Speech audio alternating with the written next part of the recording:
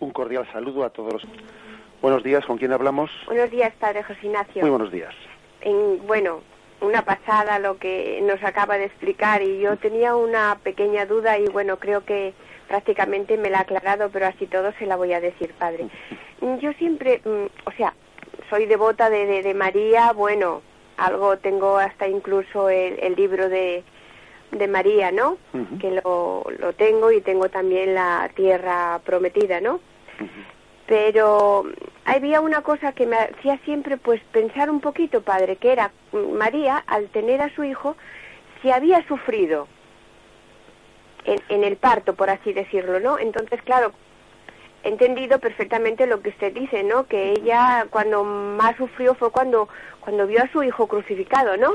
Entonces que prácticamente pues se ha aclarado, ¿no? La duda que yo tenía, porque pensaba, Dios mío, pues si cuando tenemos unos hijos sufrimos tantísimo, pues y ella cómo pudo...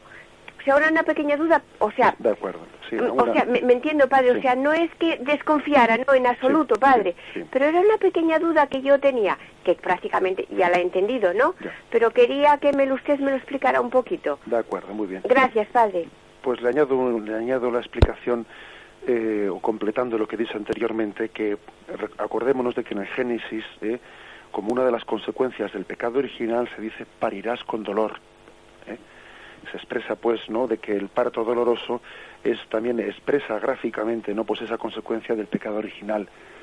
Bueno, pues María también, la Inmaculada, la que fue preservada del pecado original, quiso también, ¿no?, quiso Dios que fuese preservada de ese parto doloroso para expresar que ella estaba limpia del pecado original, y expresarlo también incluso corporalmente de esa forma, ¿no?, de la forma de dar a luz al Señor. Se expresa eso, y además también se está expresando, pues como he dicho antes, de que la gracia de Dios supera también la capacidad humana, ¿no? Adelante, damos paso al siguiente oyente.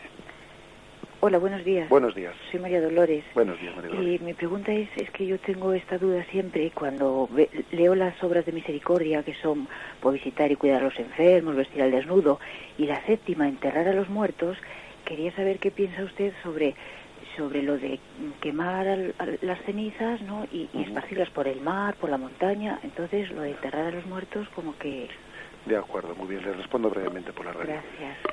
Bien, la Iglesia, esa obra de misericordia de enterrar a los muertos la sigue manteniendo, bien, la Iglesia permite la incineración, permite siempre y cuando no se haga con un espíritu contrario, ¿no?, a nuestra fe en la resurrección, porque la permite porque al fin y al cabo la incineración lo que hace es adelantar en el tiempo pues un proceso más largo que naturalmente acaba teniendo lugar, que es que el cuerpo pues finalmente acaba convirtiéndose en polvo. Por lo tanto, la incineración adelanta artificialmente pues el proceso de descomposición natural. Sin embargo, lo que la Iglesia no ve con buenos ojos es que las cenizas de los difuntos se aventen por ahí, pues en el mar, en el monte, pues no lo ve con buenos ojos, ¿no? Pues porque piensa que deben de ser enterradas. De hecho, existen los que se llaman unos pequeños nichos. En algunos cementerios existen, ¿no?, a forma de columbarios, pues destinados especialmente para las cenizas, ¿no? ¿Por qué la Iglesia no lo ve con buenos ojos? Porque de alguna manera cuando se aventan las cenizas por ahí, pues perdemos un signo importante, un signo de la espera en la resurrección. Acordémonos de que los cementerios, la palabra cementerio significa en latín cementerium, dormitorio. Por lo tanto, son un lugar de espera en la resurrección final. Y entonces, pues hay que decir que las cenizas deben de ser depositadas en los cementerios o en un lugar digno, ¿no? Y no deben de ser aventadas, porque perdemos un signo de la espera en la resurrección, que nos motiva para rezar, que nos motiva para fortalecer nuestra esperanza, etcétera. Bien, damos paso a la siguiente llamada. Buenos días. Buenos días, sí, adelante. Pues mire, que quería saber si a través del pecado original la Virgen, en lo que es el mundo salvaje, una persona no se puede acercar a un animal, y es por causa del pecado original, ¿no? Realmente Me parece que igual vamos a dar paso a otro oyente, porque esa llamada se recibe con mucha deficiencia. Damos paso al siguiente oyente. Hola. Buenos días, ¿con quién hablamos? Hola, buenos días. Buenos días. Mi nombre es Luz. Sí. Mire, Luz, padre, bueno, por un lado, pues como siempre agradeciéndole porque todos los días nos ayuda a amanecer de otra forma, ¿no? Con sus explicaciones que nos da mucha compañía. Bueno, pues mi pregunta es en referente al rosario. Yo quería saber por qué en rosario repetimos tantas veces la misma oración. Muchas veces yo me pregunto, digo, que es que como que parece ser como que la Virgen no nos escucha, que desconfiamos que no nos escucha, que no tenemos la fe suficiente.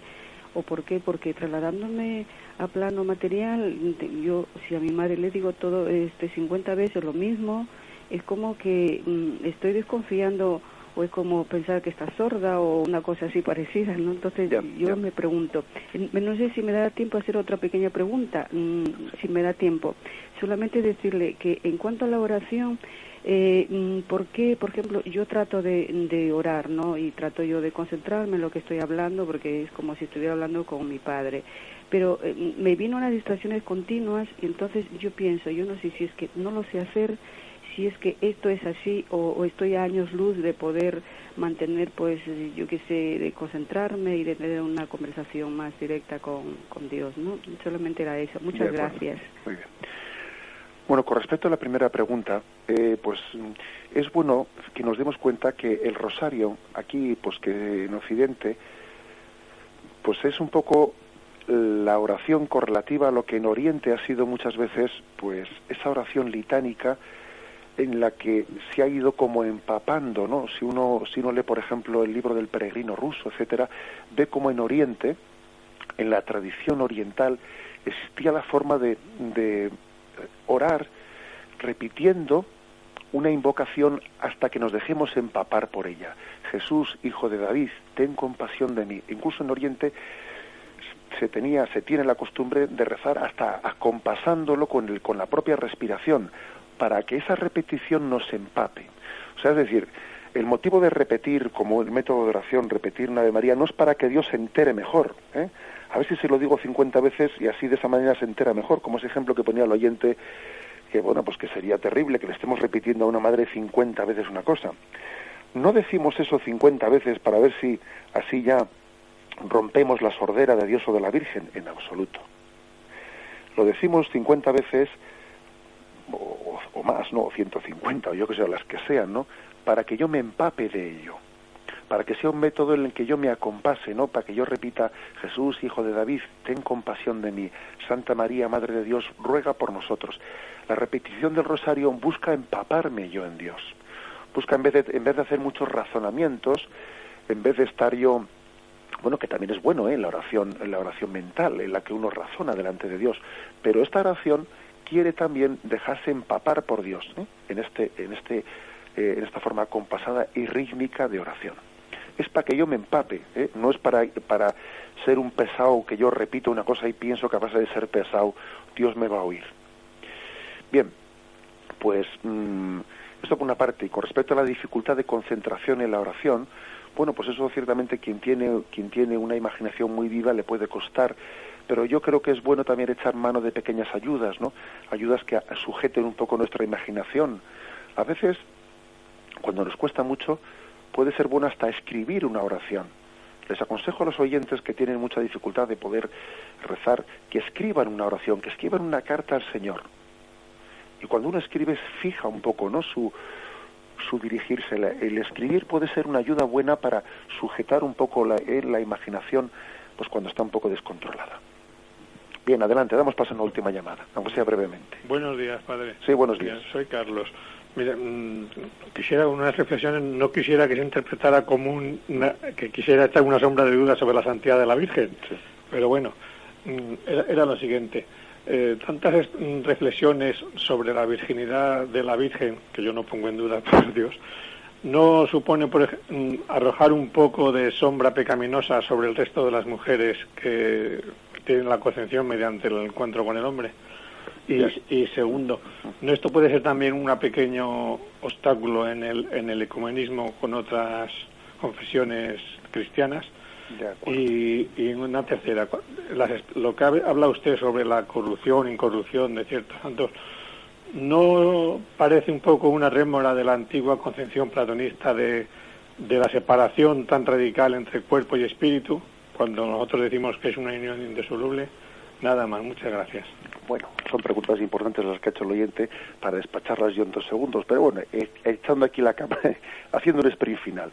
Con respecto a lo último, no, nosotros no tenemos una concepción platónica, porque la concepción platónica es dualista.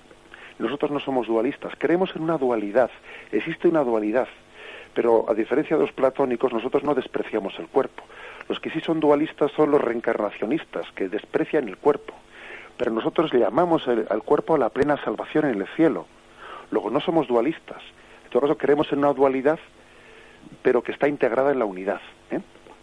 Eso por una parte. Con respecto a lo primero, hay que decir que nosotros no afirmamos la concepción virginal de María porque pensemos que la relación sexual de María con José es signo porque la sexualidad sea pecaminosa, en absoluta. La sexualidad es santa, como todo lo que ha sido creado por Dios es santa. O sea, que la concepción virginal no fue hecha de esa forma para que María no hiciese algo menos santo, no.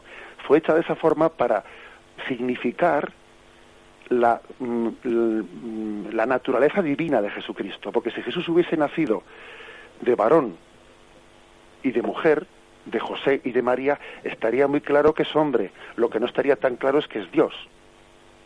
Así de claro. Es decir, si María hubiese nacido de relación carnal, estaría muy claramente significada su condición humana, pero su condición divina no estaría nada claramente significada. Por lo tanto, la forma en la que Dios quiso que se concibiese Jesucristo manifiesta que es verdadero Dios porque fue concebido por obra del Espíritu Santo y que es verdadero hombre porque fue concebido en las entrañas de la Virgen María y de ella tomó carne. Esa forma de ser concebido no es porque despreciemos la sexualidad en absoluto, sino porque de esa manera se significa más claramente la condición divina de Jesucristo y la condición humana. Bueno, pido perdón porque nos hemos extendido más de lo debido en el horario. Y me despido con la bendición de Dios Todopoderoso. Padre, Hijo y Espíritu Santo, descienda sobre vosotros. Alabado sea Jesucristo.